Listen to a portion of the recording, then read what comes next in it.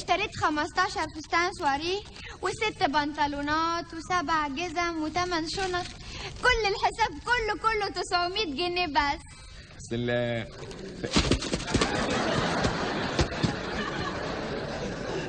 حساب ايه؟ حساب المشتريات. انت اشتريتي ب 900 جنيه؟ بس مش بس 900 جنيه؟ تصور اول مرة اشتري رخيص كده 900 جنيه. يا عفريتة. بابا بعت فلوس مش كده؟ لا بابا ما بعتش فلوس. ما بعتش فلوس؟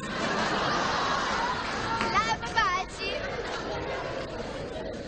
مفيش حد بعت فلوس. ما حدش بعت فلوس. امال جبت الفلوس منين؟ هقولك. يا ريت. كل المحلات بيعرفوني. اي كل ما ادخل في محل يقولوا لي نبعت الفواتير على بيت بابي. قلت لهم لا، بابي ايه، ابعتوهم على بيت جوزي واديتهم العنوان.